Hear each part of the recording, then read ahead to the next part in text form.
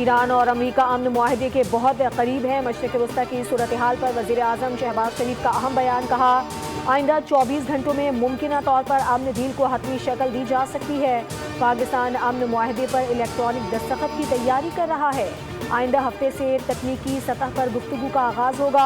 انہوں نے ایران، امریکہ اور خطے کے برادر ممالک کا تعاون پر شکریہ بھی ادا کیا۔ امریکی صدر ٹرمپ نے وزیر اعظم شہباز شریف کا پیغام ٹروتھ سوشل شریف اور قطر کے وزیر اعظم کے درمیان ٹیلی فونک رابطہ، کہا متعلقہ فریقین کے درمیان امن معاہدہ بہت جلد دستخط کے لیے تیار ہوگا۔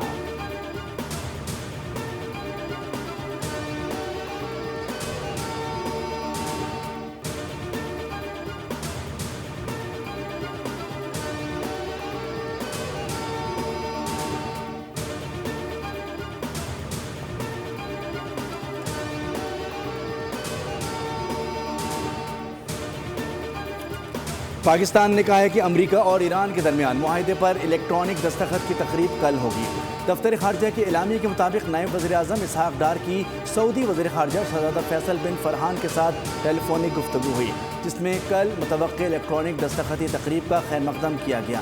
اسحاق ڈار نے مصری وزیر خارجہ ڈاکٹر بدر عبدالعاطی سے بھی رابطہ کیا، کہا کہ امریکہ ایران رابطوں میں پیش رفت خطے میں دیرپا امن اور استحکام میں مددگار ہوگی۔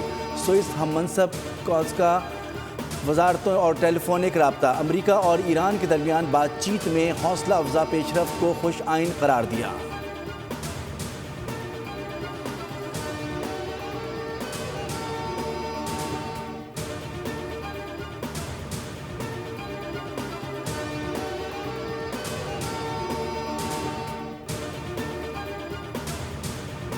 ایران امریکہ کے خلاف جنگ کا فاتح ہے۔ مفاہمتی یادداشت پر ابھی دستخط نہیں ہوئے، تبدیلی ممکن ہے۔ اس کے 14 نکات ہوں گے اور جب یہ طے ہو جائے گا تو عوام کو تفصیل سے آگاہ کیا جائے گا۔ ایرانی وزیر خارجہ عباس عراقچی نے کہا ہے کہ جوہری معاملات بعد کے مراحل میں زیر بحث آئیں گے۔ آبنار ہرمز کھولنا معاہدے کا حصہ ہے۔ ترجمان ایرانی وزارت خارجہ اسماعیل بقائی نے کہا ہے کہ پاکستان کی ثالثی میں تیار کیے گئے اسلام آباد میمورنڈم کا بنیادی مقصد جنگ کا خاتمہ اور کشیدگی میں کمی لانا ہے۔ ایرانی پارلیمنٹ کے اسپیکر محمد باقر قالیباف نے کہا ہے کہ ایران اپنے قومی مفادات اور خود مختاری کے دفاع کے لیے ثابت قدم رہے گا۔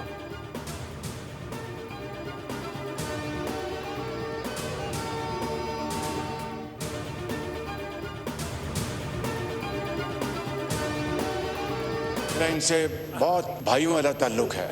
اشاروں میں دیکھتا ہوں، یہ کہتے ہیں کہ میں مجبوری یہاں کھڑا ہوں یا میں یہاں آنا چاہتا ہوں۔ یہ سب ہمارے بھائی ہیں جناب اسپیکر، کوئی لڑائی نہیں، صرف آئین اور قانون اور جمہوریت کو فروغ دینے کے لیے میں زیادہ مرتبہ کہا کہ آئیے مساق جمہوریت کی طرف بڑھیں، آئیے مساق معیشت کی طرف بڑھیں، لیکن as a say it is never too late. آئیں، بیٹھیں، میں بات چیت کے لیے تیار ہوں۔ وزیر اعظم شہباز شریف کی اپوزیشن کو ایک بار پھر بات چیت کی دعوت، کہا کہ اپوزیشن والے ہمارے بھائی ہیں، کوئی لڑائی نہیں۔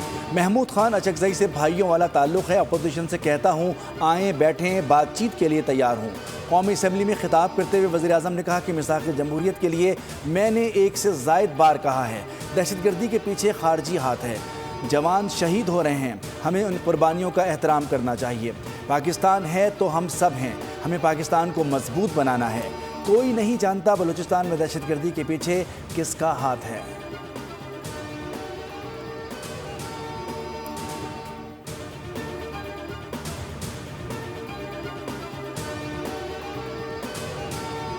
کہا تھا کہ انشاءاللہ ہم معاشی استحکام سے گروتھ کی طرف جائیں گے اور اپنا سفر ہم آگے لے کر چلیں گے۔ ہم نے ایک کوشش کی کہ سیلریڈ کلاس کے جو سب سے لوئسٹ سیگمنٹس ہیں ہم اس میں ریلیف دیں، تو 5% سے ہم 1% پہ لے کر گئے، 15% سے ہم 13% پہ لے کر گئے۔ یہ جو زرخیزی اسکیم ہے مور امپورٹنٹلی اس کولیٹرل فری چھوٹے کسانوں کے لیے۔ معیشت درست سمت میں گامزن ہے، معاشی استحکام سے گروتھ کی طرف جائیں گے۔ بجٹ میں ٹیکس اور ایکسپورٹ کے نظام کے لیے کام کیا ہے، ٹیکس کا نیا جدید خودکار نظام لایا جا رہا ہے۔ وزیر خزانہ محمد اورنگزیب کی دیگر وزراء کے ہمراہ پوسٹ بجٹ کانفرنس، بتایا چھوٹے کسانوں کے لیے اسکیم شروع کی ہے، چھوٹے کسانوں کو اپنے گھر گروی رکھنے کے لیے نہیں کہا جائے گا۔